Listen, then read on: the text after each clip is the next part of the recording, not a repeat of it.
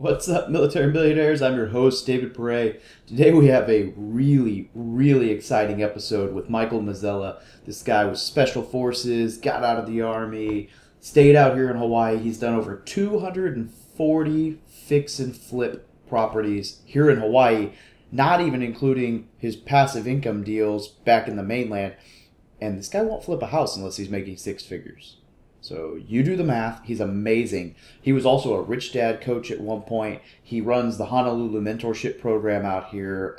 I mean, the guy's legendary. So the wisdom he spits in here is great. You got to check it out. Stay through all the way to the end because, I mean, it is just packed full of information. If this is your first time listening, thanks for joining the community. This podcast is produced every week for your enjoyment. Show notes are found at FromMilitaryToMillionaire.com/podcast. Now relax and enjoy the show.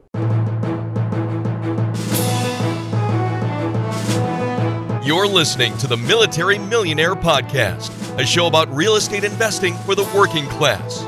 Stay tuned as we explore ways to help you improve your finances, build wealth through real estate, and become a person that is worth knowing.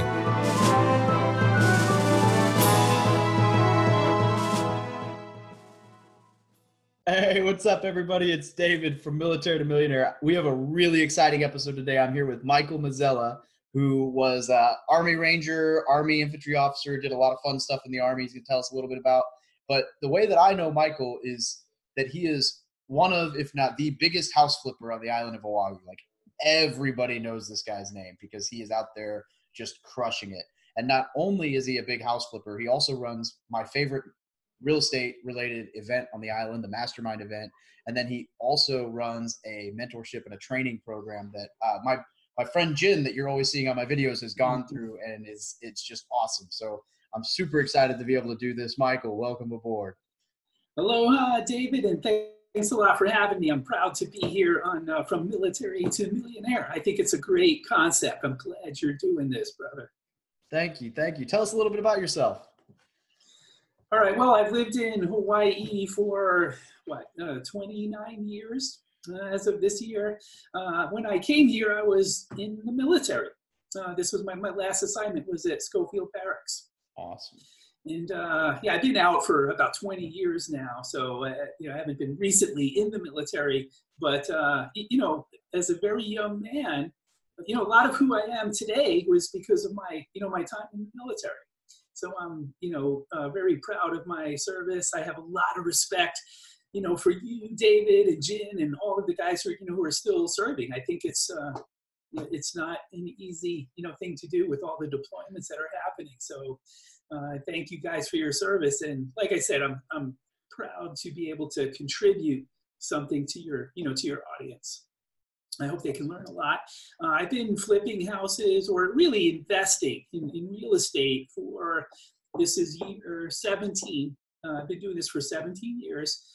I've got, I'm right around, just right between little over 240 deals under my belt. Most of them are, right here on Oahu, but I've also bought a bunch of houses on the U.S. mainland over the years too, to get some passive income going. So I love what I do. I think it's a privilege to, of all of the jobs in the world, I think I'm doing what's just about, number one or two. If you can't be a rock star, be a house flipper.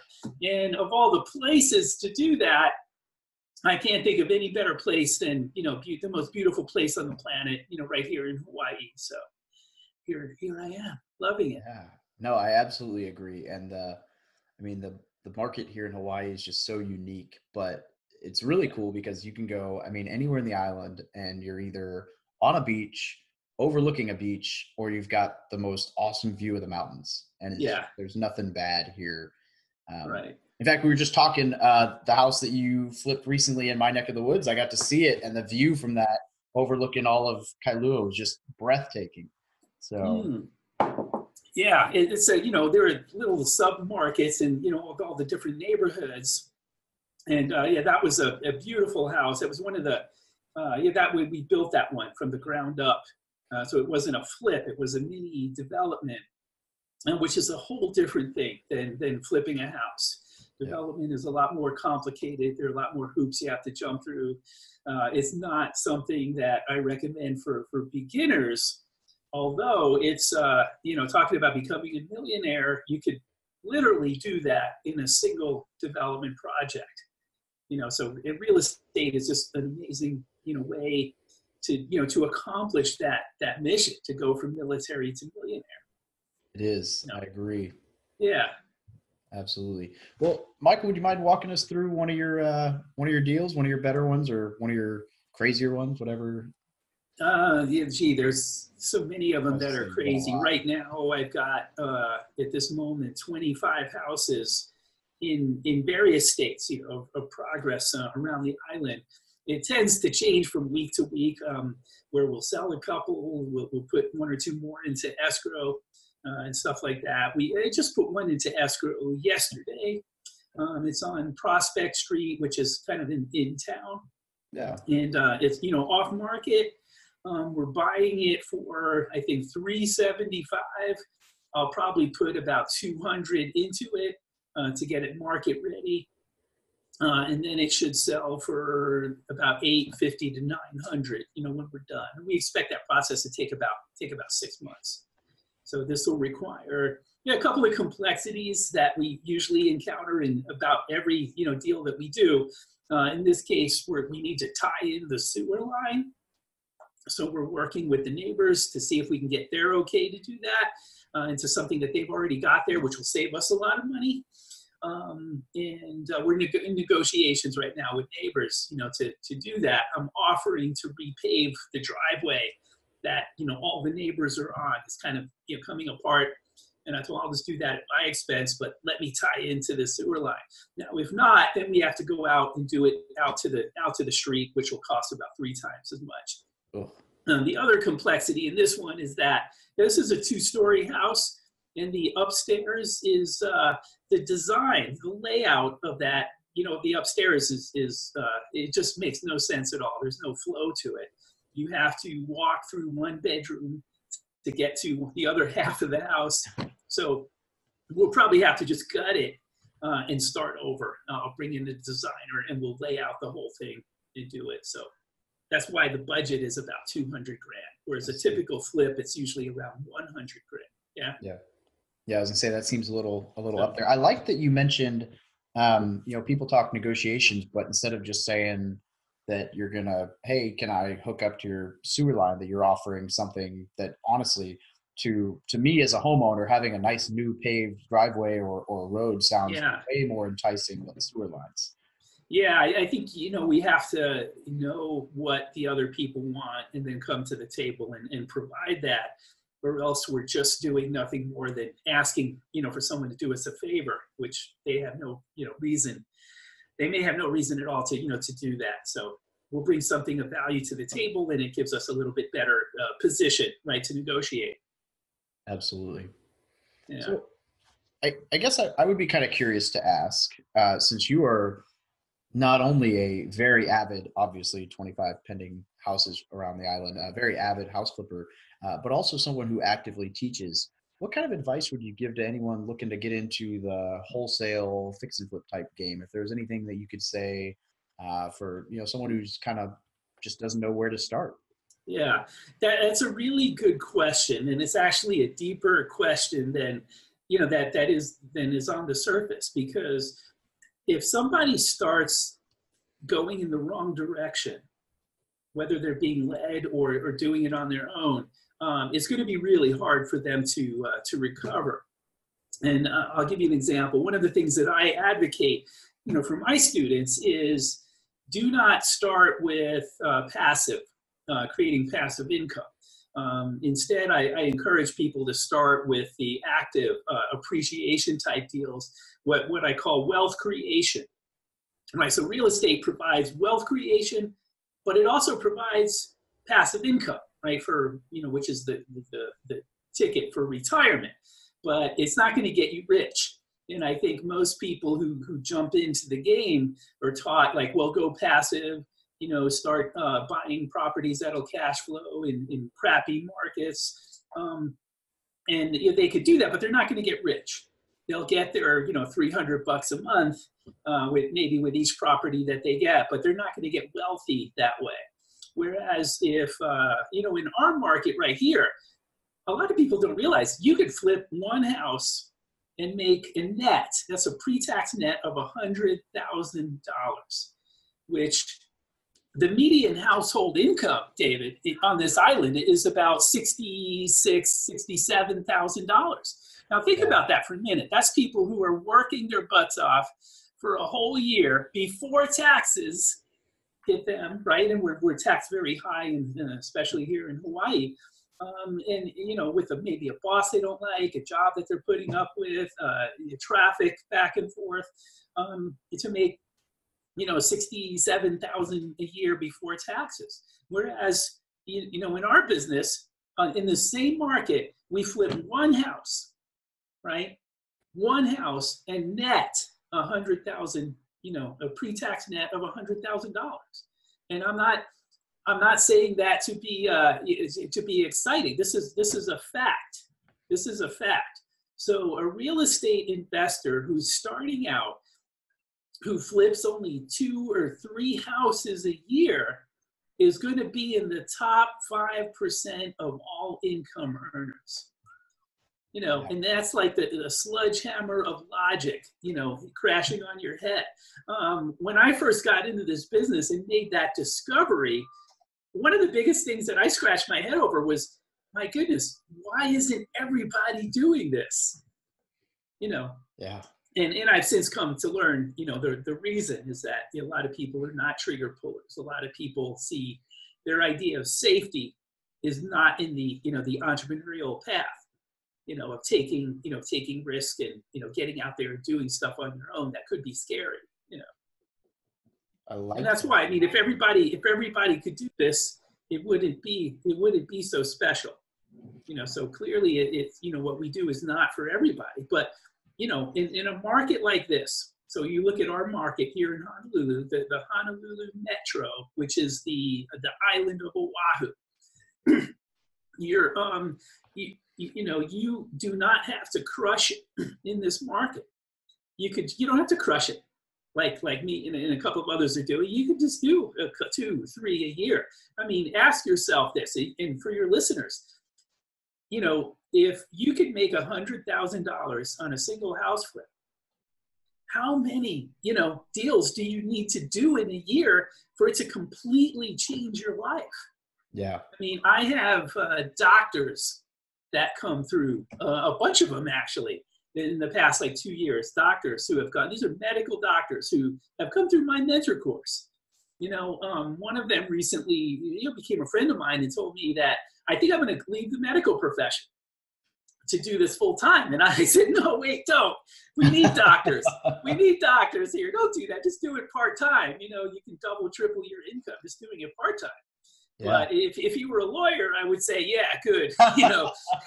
We got too many lawyers here. But, so as you look at this market, David, this is not a good market for cash flowing properties. No, it's not a good market for that. So people looking for cash flow are going to have a hard time here. They're going to hit a wall pretty quickly. Now, that said, there are exceptions to it. I've got a few properties that are cash flowing here, but it's mostly vacation rentals, right? So if you get into some kind of niche like that, okay, you can make it work. If you do something super creative, yes. But for the most part, dollar for dollar, you're not going to do well here trying to cash flow something. You could take that same money and go somewhere else and make double or triple what you're going to make here. So when people tell me, yeah, I'm looking for properties that I can rent, I can hold and rent here in Oahu, the first thought that goes through my head is, okay, I think you need to get educated first, because if you're planning to do that, this is not the ideal market. And I could show you some numbers. In fact, remind me to do that later in the podcast, David.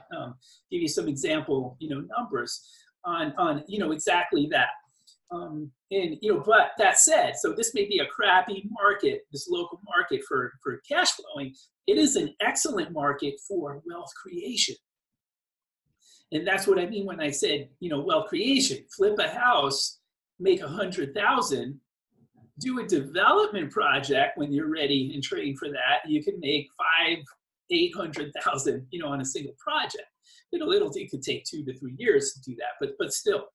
So this is a great wealth creation market. You talk about, becoming a millionaire. It's not a terribly big deal. This is a great way to do it. But so I encourage people again to focus on initially on the wealth creation. And then when you get more money than you need to live, now take some of that money and use that to invest in your passive and get some cash flow going. Does that make sense? No, that makes awesome sense. I absolutely love the way you put the answer to why people don't do it. A lot of people are not trigger pullers. We hear the analysis paralysis, but that's all. Right. That just says, oh, they're nervous. But the reality is, it doesn't necessarily matter if they're nervous. Some people just will never pull the trigger. Right. Yeah, I agree. I agree. And it's, I've been doing this for 17 years, 240 plus deals. To this day, I still get a little bit of apprehension when I pull the trigger on a deal, to this day. So that part doesn't go away. It's not like there is no risk. There's always risk in what we do. This is a business. Yep. There are only 2 outcomes to each project. You're going to make money or you're going to lose money, right? And it's never pleasant, to lose money in any type of investing, but it is a reality. And therefore it's not for everybody. So it's not a question of fear. The fear is going to be there in any industry, any person who's an entrepreneur, who's investing, working 7 days a week, putting their own money into their deals. There's always the risk of loss. And that doesn't go away, even in a cool, sexy business that we're doing, right? But and that's what I mean. It's not for everyone. Some people are just not going to take that risk. They'd rather stay, in the cubicle and find their security there. And then they shouldn't be complaining, though. Yeah, right? True. You've got the opportunity. As I look at it, one of the things that motivates me is that I realize that we're not here for very long, David.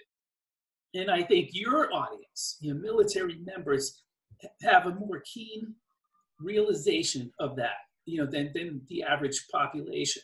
Is that, we in the military, right, we volunteer, and we sometimes 3-4 times volunteer, and we volunteer to put ourselves in harm's way. And so we're not a stranger to taking risks, right? So if you think about that kind of risk that military men, that the brotherhood that we take, or have taken, and in my case in the past, I don't take that risk anymore. But I mean, for heaven's sakes, you guys are volunteering to put your life on the line. Therefore, to take a risk where the worst possible outcome, the worst case scenario is that, oh, well, okay, we're going to lose money. Yeah. It should be a really good open gate and a huge opportunity for military people who want to become millionaires. So, one more time, I'm a big fan of what you're doing, David. I wish that we had somebody like you when I was in the military.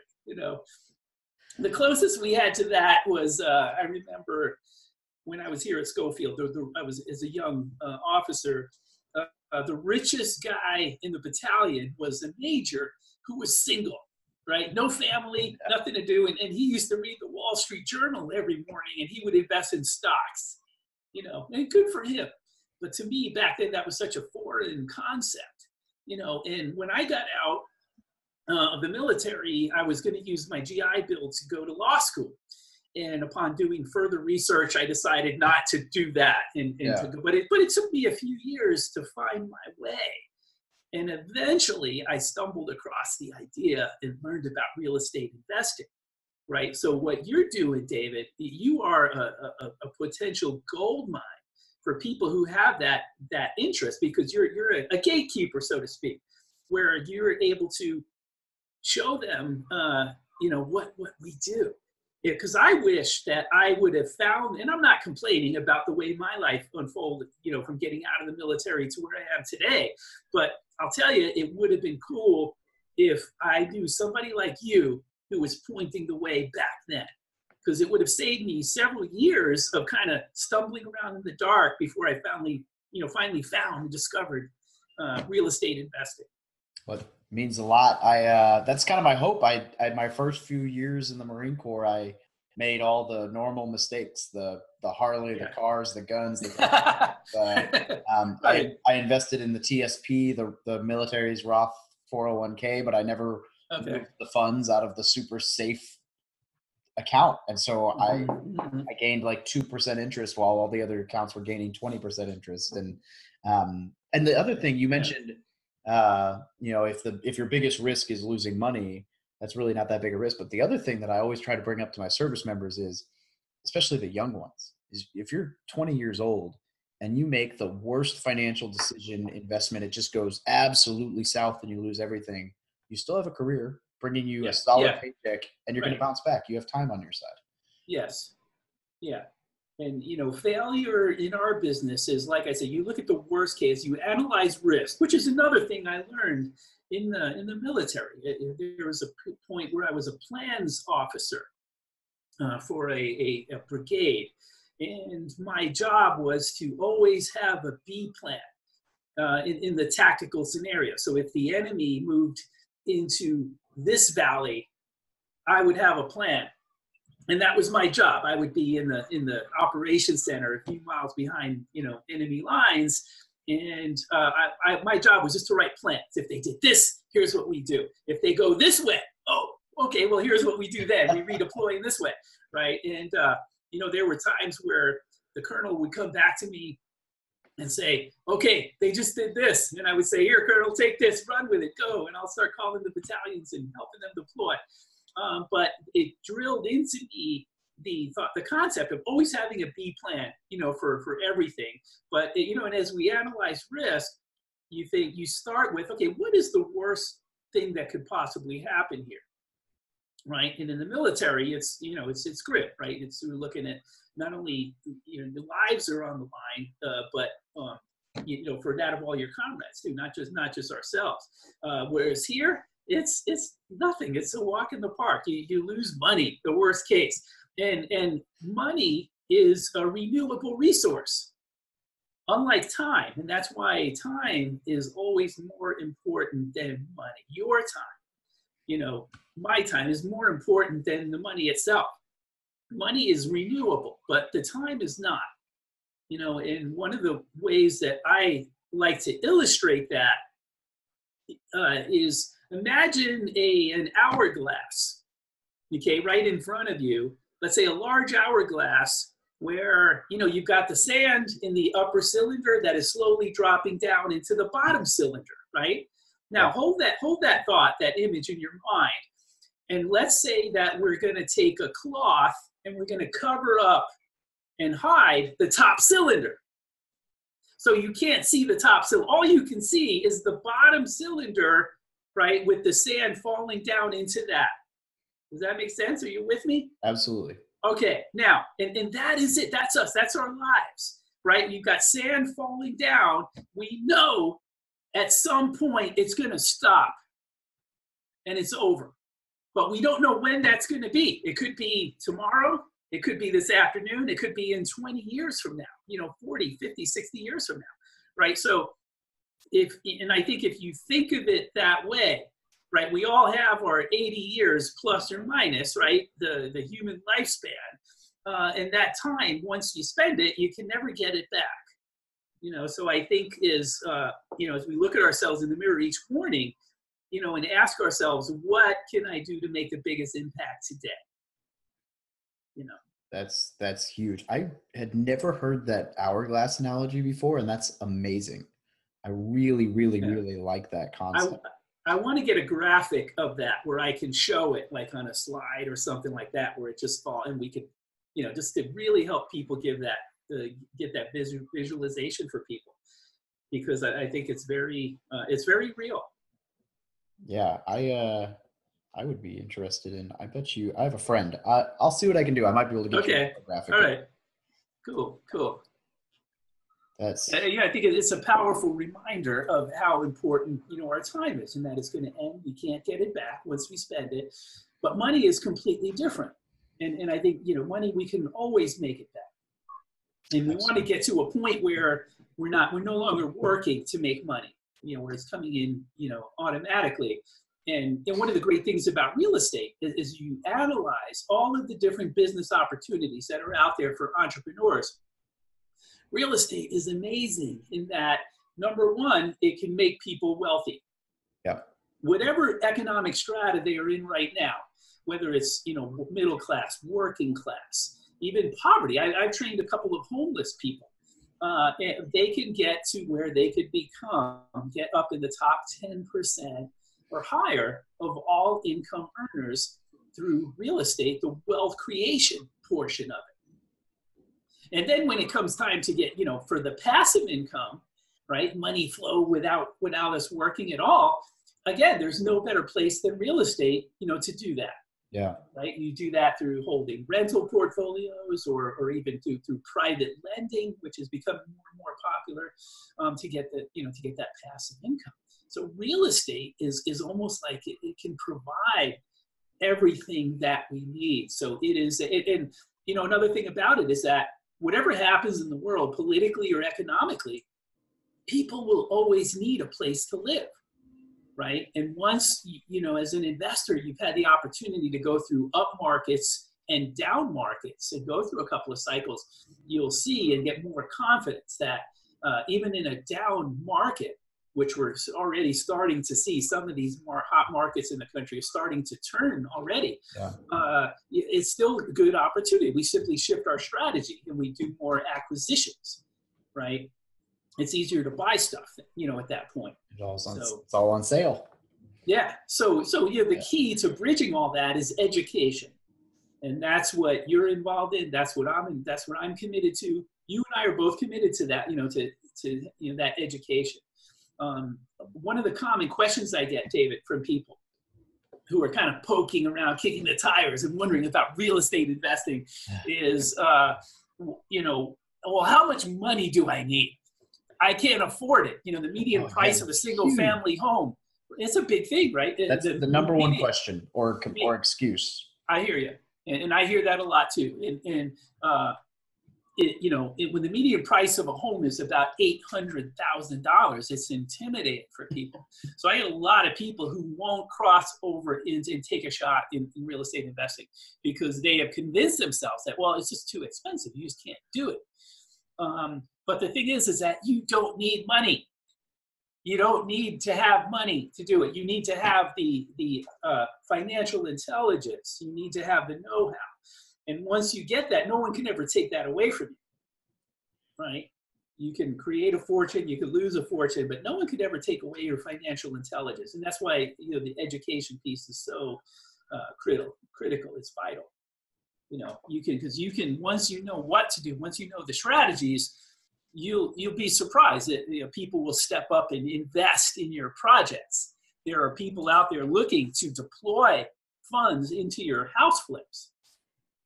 I have for quite a while now, I have a waiting list of people who want to invest in my house flips. Where I have to tell them, sorry, I don't have anything right now, but I'll get back. Just hold on. It may be a few weeks, or maybe a week or so, or maybe a few weeks. But and given the amount of the volume of deals that you do, that's huge. It's not you have a waiting list because you only have one deal. You have a waiting list. You're doing a ton. And I put my money, a lot of my money I just reinvest into my company. But still, that said, a lot of my deals, I don't have a dime of my own money invested. So think about your ROI. What's your return? Your ROI when you have zero money in, and in 4 months, 5 months, we make boom, $80,000, $100,000 profit. What's your ROI? You said it. It's infinite. Yeah. But what are we leveraging in that case? OPM, yes, other people's money, but we're also leveraging our financial intelligence. And that is irreplaceable. Yeah. So I always tell people that I kind of started I guess you could say a coaching program. I started I'm running a trial run for a coaching program. And nice. Good. One of the people I was talking to the other day, so I mentioned, long story short, there's this gentleman who owns 300-400 rental properties in my town, and he has not really been keeping up with everything. And he filed bankruptcy. It got denied. And there's some other extenuating circumstances, but I mean, long story short, people are knocking on the door for foreclosure for a large amount of properties, apartment complexes, everything. And so I sent a letter to him, hey, I don't know what your situation is, but if you need to sell or finance out subject to whatever I can do to help, let me know. And one of my buddies was like, well, how are you going to be able to afford if he comes back? I'm like, well, if he comes back, given his situation, finding people to help with the affording isn't hard. It's just finding the good deal. And if you can find a good deal, no matter the market, finding people is not that hard. Yes. Finding money, people want to invest in good deals. Right.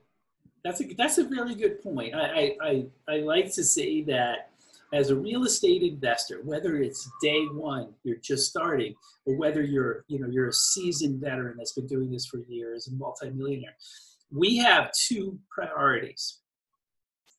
And only two priorities, and that's finding deals and funding deals. And of the two of them, the one that's more important is, the one that you need to get. You may have one and not the other, right? But, when you find a good deal, there's always people who will step up and be willing to invest. There's a lot of money looking for us to find good deals, in the market right now. And that's actually increased over the past few years. We've seen the rates, for instance, of hard money that used to be like 18%, are now down to like 7 and 8%, right? And that's a sign of the times. There is a lot of money. There's a lot of people out there looking to place money into our deals. So therefore, it's finding the deal. And finding deals, right, are two priorities: finding deals and funding deals. Finding deals is really the genesis of wealth creation, and if you become good at that, you will get rich. Despite, even if you suck at everything else, right? if you're good at finding deals and funding deals, you don't really have to be good at anything else. You could suck at everything else, and you're still going to be fine. That's how powerful it is. That's how powerful it is. Absolutely. I'm gonna write that down. If you're good at finding deals, you will get rich. You will get rich super true. In spite of yourself. You can be a goofball on other things. You're still gonna get rich. And you might have fun doing it. Like I talked about Jen and I will drive around town looking at houses, sending postcards, and we have the time of our life. And I tell people that because driving for dollars, knocking on doors is not the most fun thing in the world, right? Cold calls, nobody likes any of that. But if you find a buddy who's on the same page and you can turn it into like a contest, we will drive around in circles, banging on doors and knocking on doors and sending postcards and taking pictures with people in front of their house and whatever. Right. Just have so much fun. Yes. And at the end of the day, sometimes you find stuff that works out. Sometimes you don't. We've both done a little bit of wholesaling out here and been able to move the money back into passive investments or reinvest in, a camera for YouTube or whatever. Right. But it's fun. And that's the part that I just enjoy. Yeah. Good for you. And you can make it fun with just a little bit of creativity. I mean, in my earlier days, in driving for dollars, I used to take my wife with me. Or I take my oldest boy with me, who at the time was, he might have been 10, 12 years old. And I remember we would do it together. So we were getting good where my car had a sunroof, and he was big enough where he could stand up as I drove by and pulled over in the sunroof, through the sunroof, and snap the picture of each ugly house, while I would, get the address. And we had a great time doing it. It was some good bonding. My wife got excited about it after I took her a couple times, and she then started doing it with her friends.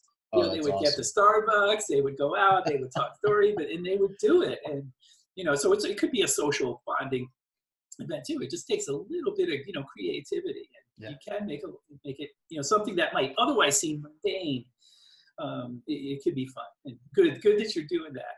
Yeah, it's fun. And then, like you said, one house, and it just replaced your entire income for the year potentially. So it's right. Pretty good return on your time, depending. And then as you get bigger and you're able to leverage that and outsource that, and there's all kinds of things, but we could get into the nitty gritty. But Yeah. eventually I'm not going to be able to talk to you for 3 hours today. So eventually I'm going to have to ask some questions. So I guess one that I would like to ask, is if you could give advice to like an 18, 19, 20-year-old, as far as, you only have a few moments in there, just whether it's financial or life advice, what would you say? What would you like to tell yourself back then? I guess I mentioned this a little bit earlier. My only thing I would change, looking at my exit from the military and going in for that next career, the only thing I would change, knowing what I know now, is I would have gotten started in real estate investing a lot sooner. And I would have started the education process. And, at that time, there really wasn't, really forums to do that. You didn't have some of these good forums like Bigger Pockets. You didn't have this. Now we have a proliferation of all these TV shows, flipping houses. It wasn't a big deal back then. It would have been a great time to just get in and crush it a lot faster had I just known what to do or had somebody show me the way. So which is one of the reasons, what you're doing, David, with your program of from military to millionaire fills an important need. What I'm trying to do with my Honolulu Mentor program is filling that important need. In doing it in such a way that it doesn't cost an arm and a leg. It doesn't have to. I don't need to make a lot of money from my training program because I'm a very successful, real estate investor that pays me, more than enough. So my advice would be get an early start. Take a good look at real estate investing. And if it's not for you, fine, then move on, to something else. But it could change everything else. If real estate investing is something for you, it could change everything else. You may decide not to go to college, not to get the degree because you don't need. I was just reading something this week, and I think it was in the Wall Street Journal that, or it might have been Forbes magazine, but that most billionaires, something like 65% of all billionaires, do not even have a college degree. So if you latch onto a really good, business, and I'm not talking about something goofy like multi-level marketing or something like that. I'm talking about a legitimate, a real business that could make you wealthy in just a few short years. Real estate investing, other things could fall by the wayside. Yeah. You don't need to check the box. You don't need to climb it. For women, real estate investing is great because there's no glass ceiling that you find in certain industries. Women rock in real estate investing in certain aspects of what we do. They tend to be better than the guys, So I guess that would be my advice to everybody. You want to be an entrepreneur, take a look at real estate investing first. And if you pass on that, fine, then go start looking at other stuff too. But that should be your first stop because it is a true, vanquisher of the lower income, strata that, or even the middle class that a lot of people are stuck in. I mean, it is not good to be in the middle class. No. You're on an iceberg that's melting from both ends in the middle class.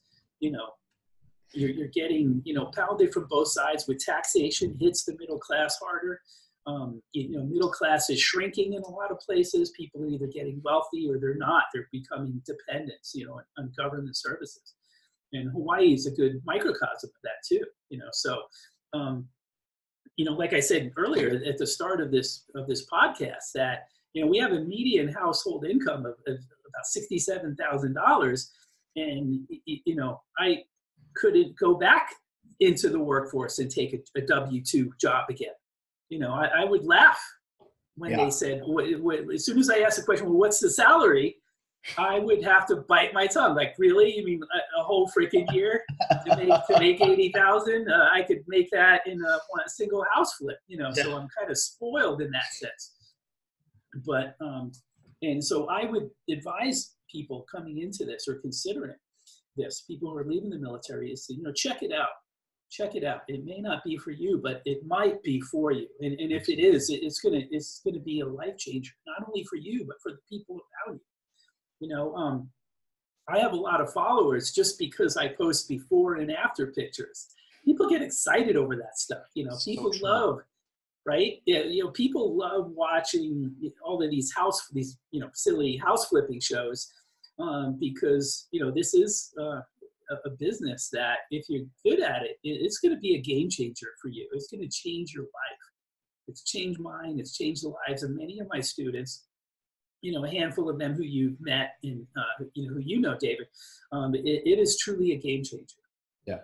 God bless America. You know, God bless real estate investing. You know, where we can do something like that. You know, and you know the other really cool thing about the entrepreneur. So, entrepreneurship is, I guess not historically, but it's lonely, right? People talk about, like, you hear all these entrepreneurs talk about how lonely they were building their business and how they got to be like, real estate's not like that. It is like, it does not matter what your niche is. If you are in real estate and you're doing your own entrepreneurial thing, you will hit it off with like everybody else in real estate investing. That's why these meetups are so fun, because everybody's just, it's like a big reunion of people, even if you've never met. And I love that. Right. Yeah, it's nice to network with like-minded people. You know, there's a synchronization there. That's it's in a way it's hard to explain. You know, but it's good to be around people who kind of think alike. You know. Yeah, I would be curious to ask, since you run probably the best meetup I've been to, what do you think makes a good meetup? Like what is it that you do that makes yours so much fun? Because I enjoy hosting one, but it's not nearly as good as yours.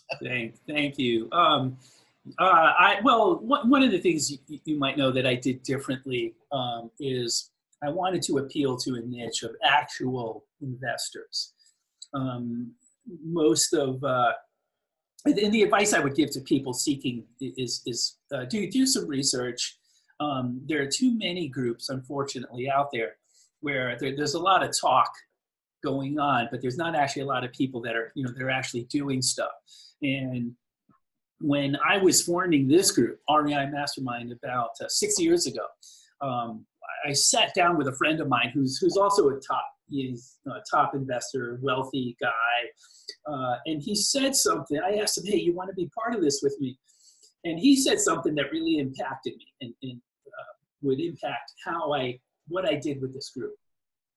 And he said, Michael, if you're the smartest guy in the room, what you really need to do is find another room so you could learn too. And he said, I give a lot and I love giving, but I want a group where I could learn something too, where I will grow also. And that impacted me too. And a lot of the groups that you're going to find are just a group of beginners. It's the one-eyed man leading the blind. And there's a danger, I think, because they'll adopt a certain strategy or two, or they'll promote certain strategies that are just not on track with what really works here. So when we formed REI Mastermind, we said, well, look, why don't we just set a group where it's not for people who've never done a deal, not for the wannabes. This will be a group that appeals to people who have already done at least one deal, right? And where we can all come, we can put deals together, we can learn from each other, even if they did one deal and they lost money. Hey, there's still something we can learn. I'm sure there are some good, valuable takeaways, from that deal where the person lost money that they could share, right? So that is why I think, this group is successful, is because it appeals. If you are an experienced investor and all you had, this was the situation for the experienced guys. The only thing available, there were a couple of groups around, but they were all, people who didn't know anything, so fine to attend once in a while and give back, right? But those investors are not really learning anything, from other investors, right? So we get a lot of comments from people who say, hey, look, okay, I see what you're doing. I haven't done a deal yet, but I want to learn. And I'm smart enough to figure out that some of these other groups, these other RIA groups, they're just, a well-crafted sales funnel. Where I go in, they're going to sell me stuff. They're going to, or get me involved in something that is not really going to help me as an investor. And so another piece of advice I would give to someone who's just starting out is find a real investor, someone who's actually doing deals in your local market, and get them, see if you can get them to take you under their wing. And I do that on occasion, where I'll set up, where we'll have internships available. And there's such a demand for that, to the point where I can't just take in an intern. It's usually when we have an open position, we'll get a bunch of people who apply. And so it becomes competitive, where we end up taking the people who are the most motivated or show the most potential, right? But my advice would be find something of value that you can offer to that investor. You don't just go in and say, help me, teach me, without offering anything in return. Now, if you do that, yeah, you may eventually find someone who's willing, because they like you or see something in you. But much better, your chances are much better to get an experienced investor to take you under their wing if you can come and offer and bring something to the table that they need. And it's not terribly difficult. No. You can help them do some marketing, help them chronicle one of their house flips by taking snapshots and then making videos for them, or there's a lot of things that you can do. Without being an experienced investor, where you can come and help an experienced investor and get them to take you under their wing. And then you learn from them, which is way absolutely. Awesome. Well, Michael, let's see. One of the last few questions here. What makes the Michael Mazzella method of investing unique or successful?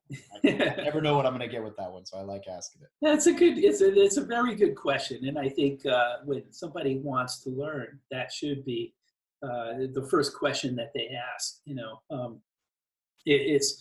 the answer to your question is that it works. It works in this market.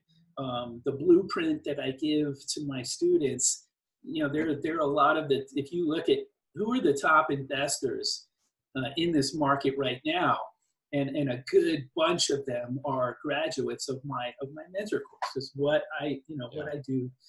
I don't teach. There's so much information out there, and it's hard to discern what's valuable, what is baloney that doesn't work, or what's just a marginal strategy.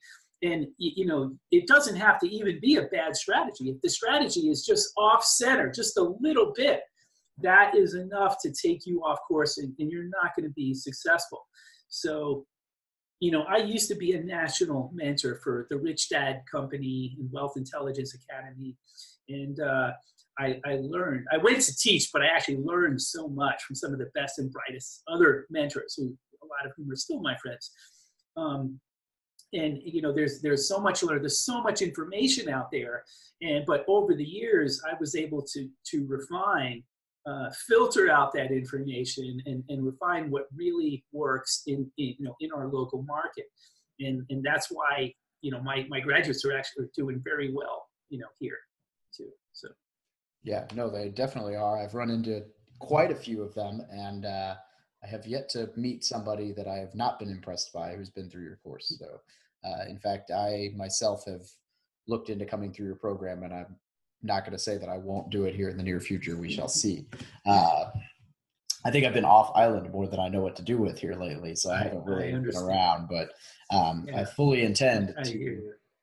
All right, so let's see. I always like to ask this. What is one resource, book, course, website, and I see that you've got your book back there. So if you want to plug your book, feel free. But what is one resource you would recommend to anyone getting started in real estate or in investing in general? I just yesterday, I have a friend that I've known for many, many years, but she lives in Japan. And, she comes here from time to time, and she loves to shadow me when she's here. And, I want to see a day in the life of a real estate investor. She asked me, what can I do? I want to start right now, Michael, but I'm in Japan. I can't attend your course. I can't come here, stay here to attend your course. What can I do? And I advised, this was just yesterday, I told her, get on biggerpockets.com and just start learning, start listening to some of the podcasts. Now, it's not every one of them, they're not 100% all good, but most of them are. And I think the ratio of good information to the marginal stuff that I talked about is very good on Bigger Pockets. So by and large, it's a great way for somebody to learn on the go. And so that would be my advice for somebody who cannot take my course. I'm gonna guarantee your success if you unfold if you stick to the blueprint that I give you. I'll guarantee your success. But short of that, for someone who can't afford to take my course, or for one reason or another cannot, I would tell them, get on Bigger Pockets, learn all you can from there, and sometimes that's enough. For some people, real trigger pullers, or sometimes able to just read a good book, listen to a few podcasts, and start executing. Most people cannot. Most people, and that's where the mentorship comes in, where I'm looking over them. We send out, in my course, on the second day, we send out offers. We're contacting owners of off-market properties. People would not do that on their own, but they're doing it, right? I make them do all the stuff that they need to do to be successful, and not just learning about, but actually doing it. Because I know, as a trainer, I know that if they just sat through my course and took notes during the entire intensive and just took notes with the plan, well, I'll execute starting next week, most of them will fail. Yeah. Most of them will, if they wait, like I said, 3 days or 4 days, they will fail. Okay. So we start executing on the second day of the course. Sometimes they're sending out offers. I haven't even taught them how to analyze deals yet. And they say, what do I say? Well, good. If you're a little scared, then good. You're in the right place. That means you're growing right now. But don't worry, I got your back. I still have the rest of the week to teach you and fill in all the pukas, all the holes in your knowledge. At this point, action is more important than knowledge. I got your back on the knowledge. I've got time to teach you all of that stuff in the course. But for right now, we're getting offers out on the street, a whole bunch of them, and we go from there. So that's huge. I love it. All right. So I think we're going to have to wrap this up. But Michael, where can people get a hold of you? I know we've talked about your course, but where's the best way for people to reach you? I'm very reachable through Facebook. I have a personal page, which is mostly posted about my family, but I have a business page, and it's called Michael Mazzella's page on Facebook. And that's where I post, and I meet a lot of people that way. Michael Mazzella's page on Facebook, and I think it's Hawaii House Flipper. So Facebook.com/Hawaii House Flipper, I believe. But you could just search my name, Michael Mazzella, 2 Z's and 2 L's, and you can find me on Facebook. I'm also on Instagram. Just search Honolulu Mentor, and you'll find my Instagram posts there, and we can communicate that way too. Awesome. Michael, I really, really, really appreciate you taking some time out of your – what's really cool is that this is the first time I've filmed a podcast, other than the time there was someone in my living room, where I've been in the same time zone. I've been able to say, thank you for meeting with me on your lunch break. Normally it's like 4 o'clock in the morning over here. Right. I'm talking forward with someone on their lunch break. So I really nice. appreciate it. This has been amazing. And I know that our listeners are going to get some just huge amount of content out of this. Well, thank you, David, for having me. Again, I love what you're doing. If you want me to come back sometime and talk about a specific topic or teach something, I'm happy to do it, because I'm a big fan of what you're doing, David. I wish someone did that for me when I was in the military. So anything I could do to help out, David, I'm there. Awesome. I really appreciate that, Michael. Have a great day. Okay, thanks for having me. Aloha. Aloha. Hey, thanks for listening to another episode about my journey from military to millionaire. If you liked it, be sure to visit militarytomillionaire.com/podcast. Subscribe to future podcasts. While you're there, we would love for you to rate the show, give us a review on iTunes. Now get out there and take action.